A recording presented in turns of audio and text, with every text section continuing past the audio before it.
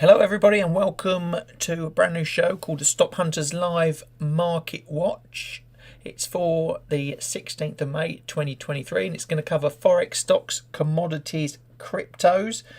And the purpose of the show is to give you the heads up on all that's going on in the market. It's going to get you pumped up for the trading day. Now, if this proves popular, I might do more of these, but I'm going to try and do them at least weekly and maybe move it to a Monday sort of lunchtime slot. And like I said, we're going to capture everything that's going on to give you that edge in the markets. Now, a lot's been going on in the world. Yesterday, the EU gave the thumbs up to the Microsoft purchase of Activision Blizzard, even though over in the UK and US it's still up, for debate. So that was interesting. So watch out for those two stocks when the US opens later. Then the debt ceiling, big talk in the US. Janet Yellen getting very stressed, saying time is running out. June the 1st, the big deadline. They need a hike, and we're going to see what happens in that space. And feel sorry for those guys down in Argentina. Interest rates that is, went up to a staggering 98%. And what else we got? We've got regional bank buying the dips over in the US. That seems to be the popular trade the last few days. And in hedge fund activity, Bill Ackman's Pershing Square buying 10 million stocks of Google.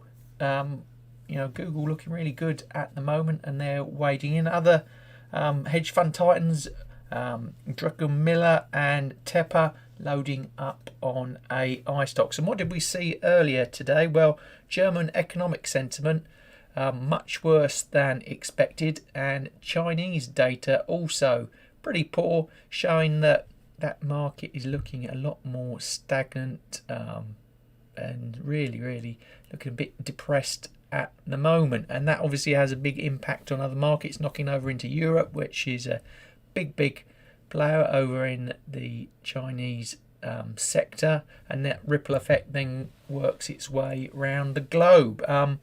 What else have we got here? Well, later today we got US retail sales. That's an interesting one to watch, expecting them to be slightly better, but again, keep your eye on that, out 1:30 UK time. And we also got Canadian CPI data out as well, pretty similar, maybe a slight improvement. And earnings, well, it's retail giants week over in the US. Walmart, Home Depot, those type of countries, Ross stores, all coming out today. Walmart, we've got Tuesday, Wednesday and Thursday for those. Other notable earnings this week, we've got Synopsys, Cisco on Wednesday, AMAT Thursday, and Deere & Co on Friday. And what else?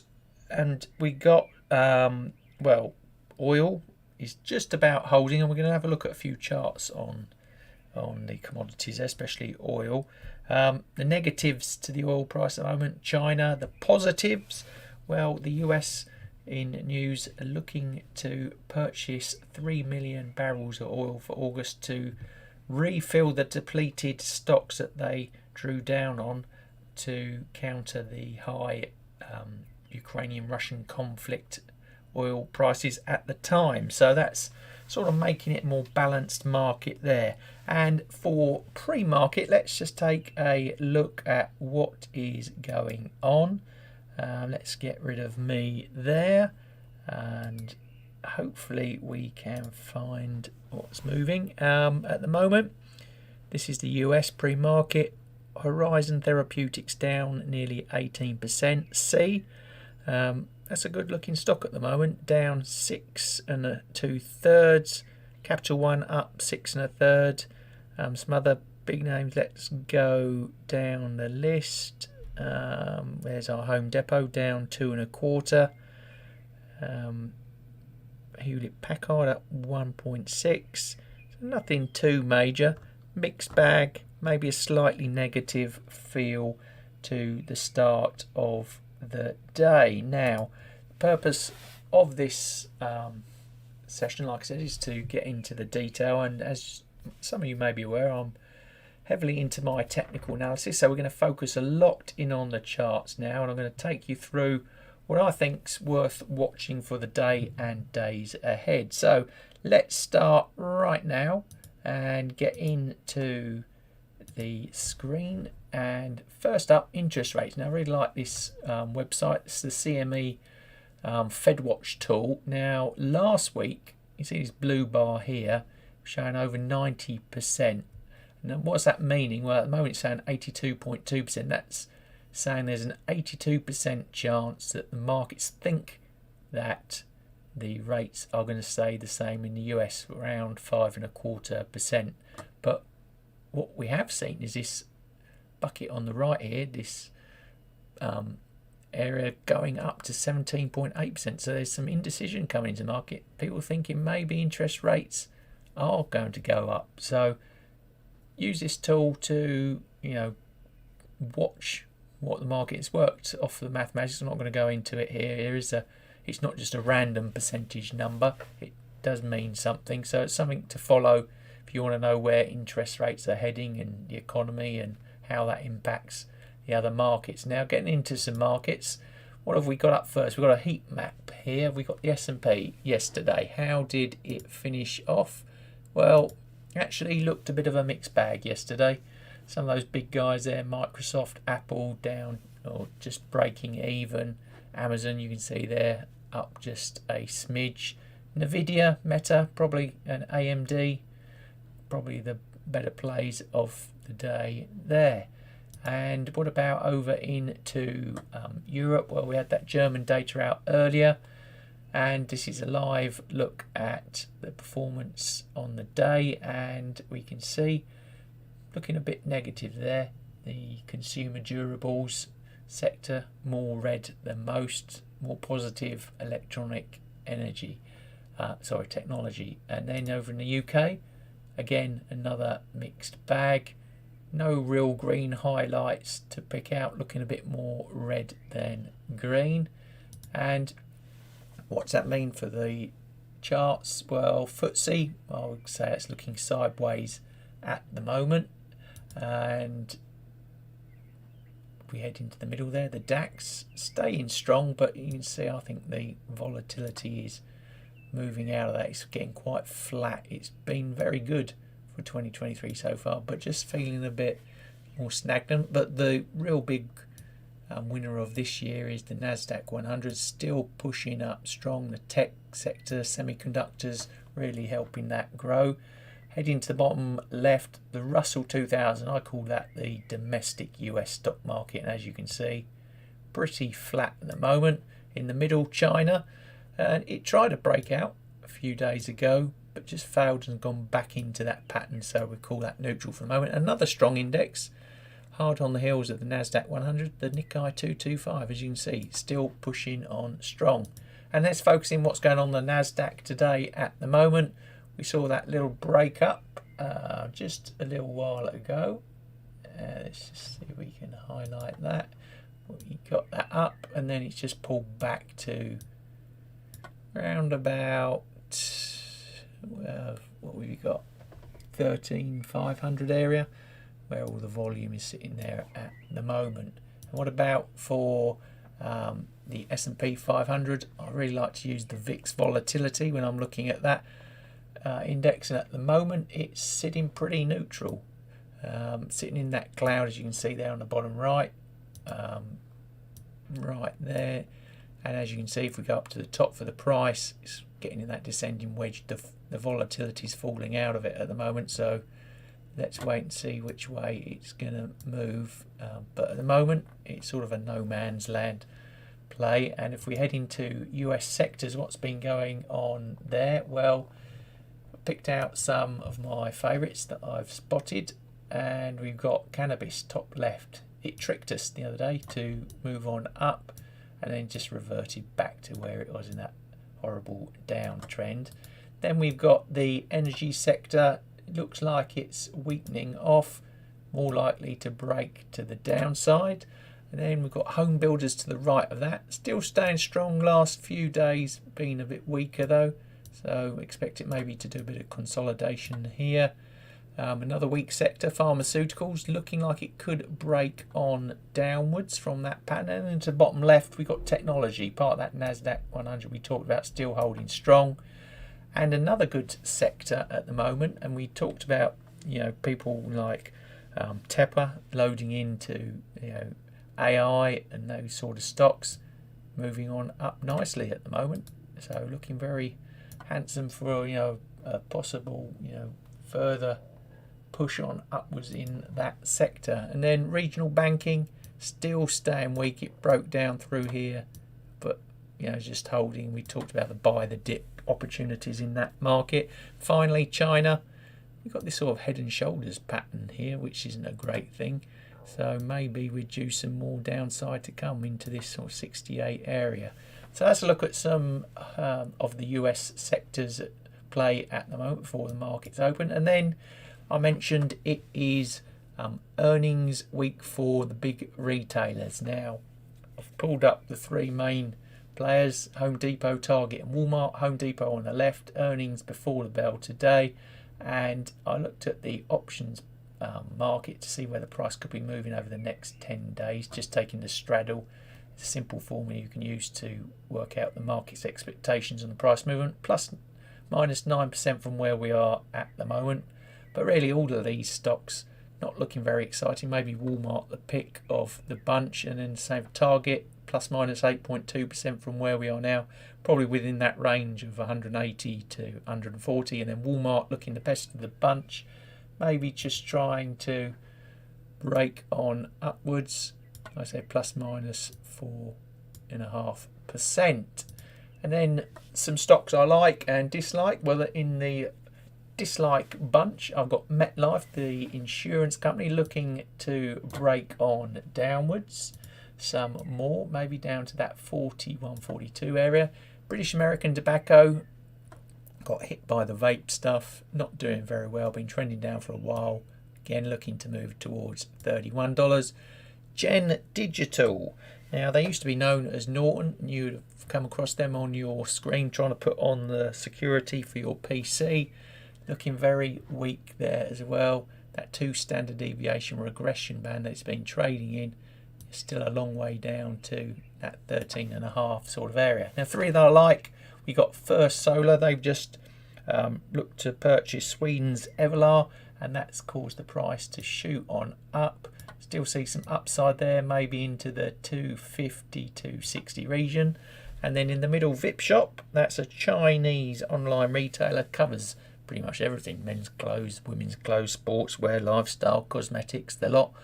Looking to push on up. The 2 standard deviation regression band gives us some good upside, and the Fibonacci is $18, $19. And then finally, C Limited there, international consumer brand based out of Singapore, digital entertainment, e-commerce, digi-payments. Again, looks like it's got some good upside despite a weak opening today. Looking for $100, $104. And then moving out of stocks into currencies. What have we got today? Well, we've got, as you can see there, these are the majors, and we've got a strong New Zealand dollar, Australian dollar weakening off, euro staying weak. US dollar had looked to push up the last few days and then it's just paired off. It's an interesting mix there really from what's going on. And in terms of the US dollar, if we focus on what that's doing, well, it did weaken off earlier today. This is a 3-hour chart, and it's just looking like it's turning back strong once more. So interesting to see what happens next there. You can just see that turning around that 102.5 sort of area. And possible trade I was looking at last week, and it did work out. It broke on down through to its target. It was the euro dollar 1.08 sort of 5 area. Just starting to reverse this morning, and what I'm watching at the moment, US dollar, Japanese yen. We've just seen that turn around in the US dollar, so maybe it can, regain those highs. But the yen looking like it's strengthening. Any weakness in that dollar, and we can see it moving back down to 134.5 sort of zone. And cryptos, what's going on there? Well, this is the weekly performance. Bitcoin down 2 and a bit percent. Ethereum following it. Same with BNB, XRP. So not great in that sector. Litecoin, Tron, probably the pick of the bunch there. And if we head into Bitcoin itself, then you can see it's stuck in this sort of horrible channel, which is, as we can see the numbers, call it 31 to 27. So stuck in that zone, bouncing around. Let's see which way it breaks out. There's more volume to the downside, so it's looking maybe likely to this 19,000 area. Upsides, it's back to, let's say, 36, 37,000 the upside. And in terms of movers today, well, SRM up 40%, FTX token up 7 3/4, CELO up 6, nearly 7, ICX following close by that on 4.5%. And then moving into commodities, crude oil, we mentioned that US government purchase to restock has held the price around about the sort of zone that I've been highlighting for quite a while in a lot of my videos, this range bound 71 area to 83. Now what else is going on? If we go to the bottom, volatility is falling down, which is a bullish indication. Seasonality above that, pretty flat. And then this is the key one for me, the commitment of traders, large commercials, large speculators. Large commercials should be following the price, and we see that going down. Yes, it is. And we want to see the large commercials, the inverse. Yes, it is. So that to me is a more bearish sign there for crude oil at the moment. So maybe the factor of China's weighing heavily over, the positives of that US buyback. Let's see what's been going on today. Well, it's been a mixed bag. It's back to its sort of mean area around 71 1/4 dollars. And then let's just have a quick look at a few other key commodities. And I've got here gold on the left. It has got stuck in this sort of 2000 area. It really has pushed on. Now drawn on this sort of flag pennant shape. Now if we're following the rules of technical analysis, could even see it go up to 250, but I think we need to see some more fundamental changes out there, a more bearish outlook for it to do so. Then in the middle, RBOB gasoline. Well, that's a strong play at this time of year. Looking for a recovery back up into this 2.6, 2.7 area, and maybe even into the $2.9 area. It's a seasonal play based on the market buying gasoline ahead of driving season in the summer, and its bigger utilization around the summer period. And that gas, another popular market there on the right, well, it sort of died its death, down 75% in this range between $2 and $3.25. If it does break up through that pattern, I expect that to be where it next hits its head, that 3.25. Otherwise, it's back down to those lows around 2. And then just want to have a look at copper, because copper is a good bellwether for the Chinese economy. China hoovers up about 60% of the market. So, if they're not buying, bearishness can creep into copper. The other big players, the US, I think it's about 20% of the market. So between the two, they have a huge impact on what's going on. We look at the data, seasonality. It's not so much important as, say, oil, but it's still there playing. It's got some reasonable strength at this time of year, not much so. And then the COT data again, well, we've got up commercials, down speculators, so that be bearish for me. As we can see, the price has been trending within the 2 standard deviation regression band area. It's weak, but not tragically weak, and it sort of reflects what's going on in the world. It's an indecision. It's up, it's down, it's up, it's down, it's down, within a range. Doesn't know where it's going yet. If it breaks on down further, it's back into the early 3s, can get on up.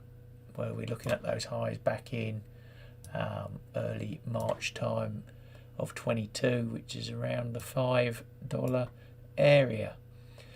So that is my market outlook on what's been going on, or what's likely to go on. Hopefully that's given you a few ideas of, potentially trades that you can get into, manage, or stuff you've already got on, think about differently. And if you hit that thumbs up in the the YouTube channel, and you put your comments there, you like this type of show, then I will consider doing more of them. But like I said, I'll try and do it weekly, at least at a minimum, to give you like I said, an insight into how I'm viewing the markets for the days ahead.